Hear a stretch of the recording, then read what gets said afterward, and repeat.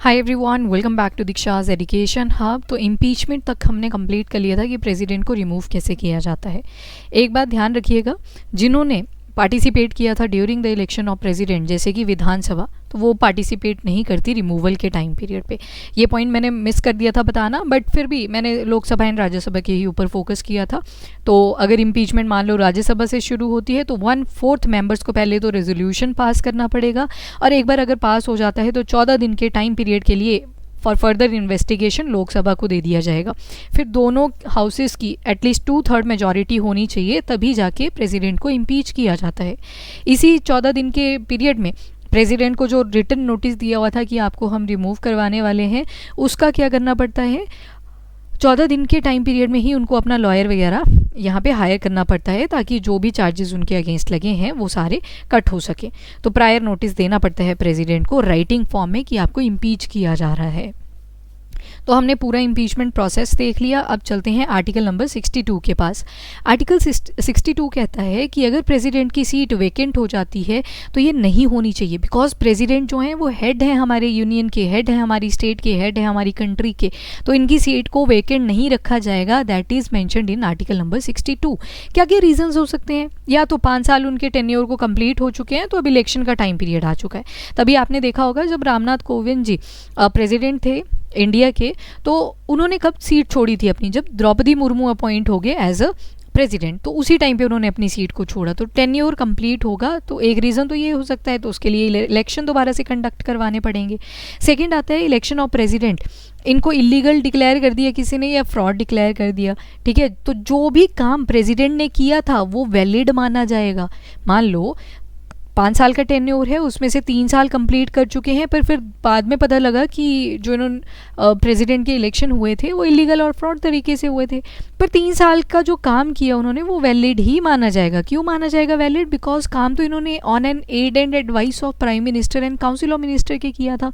जो member of parliaments बैठे हैं, प्राइम मिनिस्टर बैठे हैं, उन्होंने तो बताया था कि क्या क्या सिग्नेचर्स करवाने हैं, कौन से पेज के ऊपर करवाने हैं। तो प्रेसिडेंट ने तो जस्ट सिग्नेचर करे हैं, तो वो काम वहाँ पर लीगल माना जाएगा, उसको इनवैलिड नहीं हम डिक्लेयर कर सकते। बिकॉज जो साइन किए थे वो recommendation of council of minister, prime minister, उन्हीं की प्रेजेंस में किए थे। इसके बाद प्रेसिडेंट का देहांत हो जाता है, डेथ हो जाती है, तो उस केस में सीट वेकेंट हो सकती है। तो इमरजेंसी पीरियड में तो वाइस प्रेसिडेंट को ऐसे केसेस में प्रेसिडेंट की सीट पे बिठा दिया जाएगा, एक्टिंग प्रेसिडेंट, और उसके बाद जल्दी से जल्दी इलेक्शन यहाँ पे करवाने पड़ेंगे। इसके अलावा एक रीज़न ये भी हो सकता है कि प्रेसिडेंट ने रेजिग्नेशन ही दे दिया, तो उस केस में भी जो प्रेसिडेंट की सीट है वो खाली हो सकती है। और एक हो सकता है कि रिमूवल हो गया हो प्रेसिडेंट का, तो उस केस में भी सीट वेकेंट हो सकती है। तो जब भी सीट खाली होती है तो सबसे पहला जो स्टेप किया जाता है वो वाइस प्रेसिडेंट को एक्टिंग प्रेसिडेंट बिठा दिया जाता है। मतलब सैलरी वगैरह सब किसकी होगी? प्रेसिडेंट की ही मिलेगी अब वाइस प्रेसिडेंट को उस कार्यकाल के लिए। अगर मान लो वहाँ पे वाइस प्रेसिडेंट, तो उस केस में चीफ जस्टिस ऑफ इंडिया, या फिर चीफ जस्टिस ऑफ इंडिया नहीं है तो सीनियर जज को प्रेसिडेंट की सीट पे बिठा दिया जाता है। और election with in 6 month conduct करवाने ही पड़ते हैं, सीट को वेकेंट नहीं रखा जा सकता। देखो, नेशनल इमरजेंसी जब आप पढ़ते हो तो वहाँ पे मेन सिग्नेचर किसके लगते हैं? प्रेसिडेंट के। जब तक इलेक्शन सिग्नेचर नहीं होंगे प्रेसिडेंट के, आप नेशनल इमरजेंसी इम्प्लीमेंट नहीं कर सकते। एक्सटर्नल अग्रेशन हो सकती है, वॉर कंडीशन हो सकती है, तो वैसी सिचुएशन ना हो कभी, तो इसी वजह से प्रेसिडेंट का जो पोजीशन होता है दैट इज़ वेरी इंपॉर्टेंट। अब एग्जाम्पल लेते हैं जाकिर हुसैन और फखरुद्दीन अहमद का। इन दोनों की डेथ हुई थी कार्यकाल के समय पे, तो उस टाइम पे वाइस प्रेसिडेंट को प्रेसिडेंट बना दिया गया था। अब एक और केस है, जैसे कि जब जाकिर हुसैन की डेथ हुई थी ना, तो उस टाइम पे वीवी गिरी को बोला गया कि वो वाइस प्रेसिडेंट थे, इनको बोला कि आप टेम्परेरी प्रेसिडेंट बन जाओ। इन्होंने बोला नहीं, मैं रेजिग्नेशन देता हूँ from the seat of vice president, मुझे इलेक्शन लड़ने हैं प्रेसिडेंट के। तो उस टाइम पे क्या हुआ? प्रेसिडेंट की सीट भी खाली होगी, वाइस प्रेसिडेंट की सीट भी खाली होगी। तो उस टाइम पे मोहम्मद हिदायतुल्ला, इनको पूरा मौका मिला 2-3 दिन के लिए। वीवी गिरी जब प्रेसिडेंट की सीट पे बैठे थे तो ये वाइस प्रेसिडेंट बने, फिर वाइस प्रेसिडेंट से ये प्रेसिडेंट की सीट पे भी बैठे थे, ठीक है, क्योंकि वीवी गिरी ने तो रेजिग्नेशन ही दे दिया, और अगर रेजिग्नेशन दे दिया तो उस टाइम पे फिर प्रेसिडेंट की सीट भी खाली, वाइस प्रेसिडेंट की सीट भी खाली। तो उस केस में जो मोहम्मद हिदायतुल्ला थे, जो कि चीफ जस्टिस ऑफ इंडिया थे, तो उनको एज अ प्रेसिडेंट बनाया गया था। तो only chief justice of India जिनको चांस मिला है आज तक प्रेसिडेंट बनने का, वो मोहम्मद हिदायतुल्ला ही थे।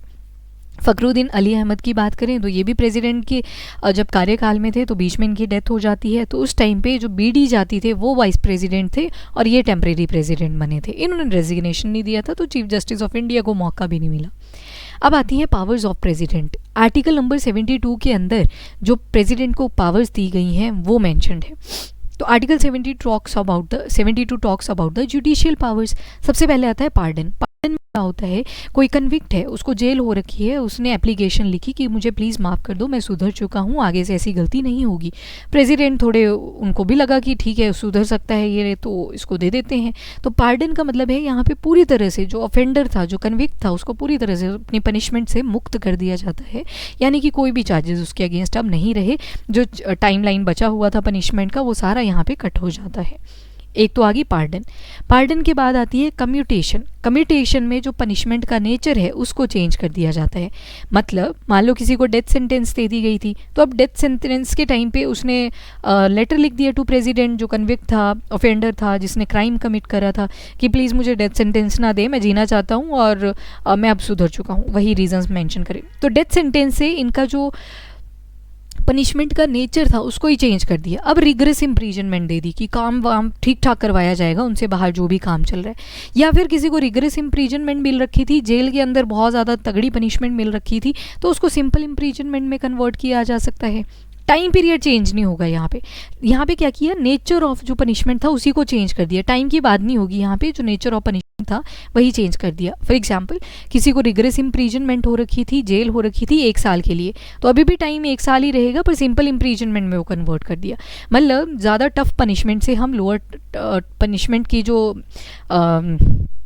इंटेंसिटी है उसको डिक्रीज कर रहे हैं, तो दैट इज़ कम्यूटेशन। तो इसमें नेचर जो था पनिशमेंट का उसको चेंज कर दिया हमने।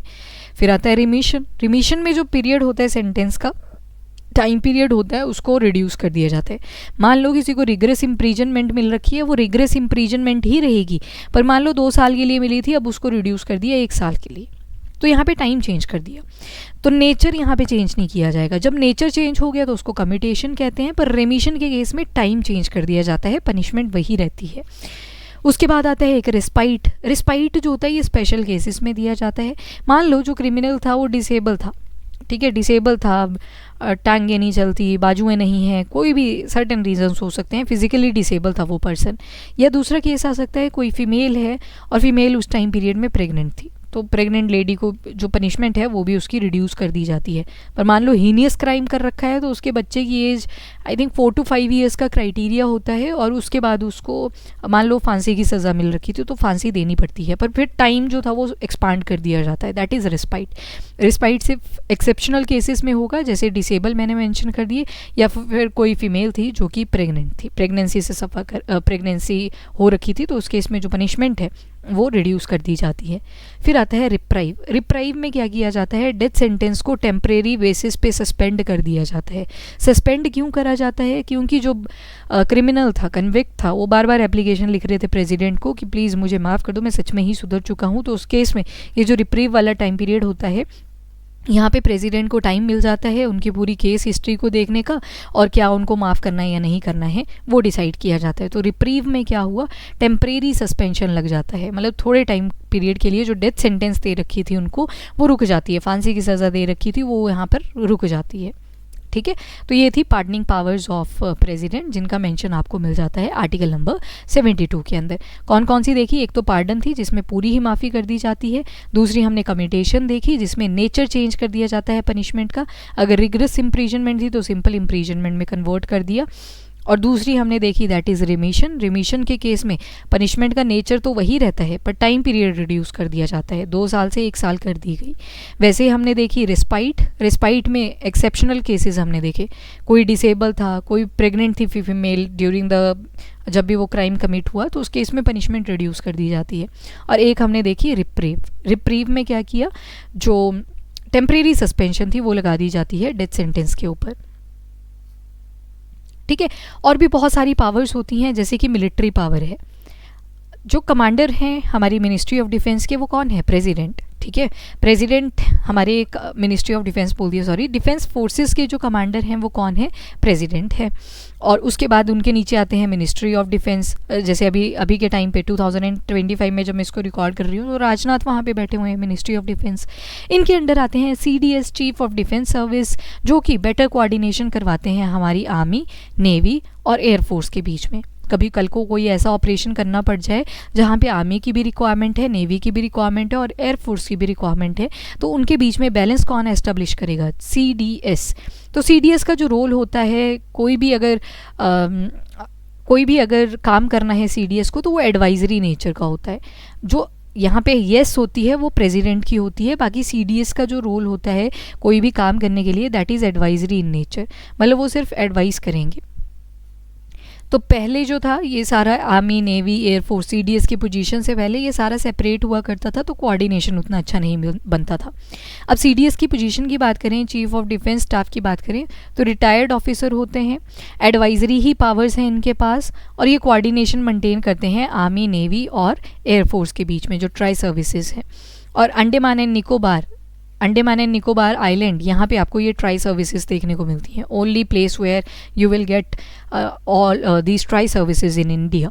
उसके बाद can be remove from position by president. CDS का जो रिमूवल है वो प्रेसिडेंट कर सकते हैं।